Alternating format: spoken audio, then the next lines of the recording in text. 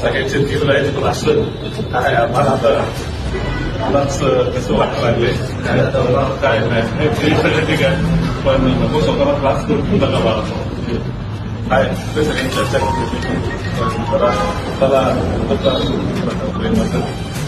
मला त्याचं करायचं नाही याच्यामध्ये महागाई घेऊच नका हे आमची सगळ्यांची विनंती आहे तुम्हाला.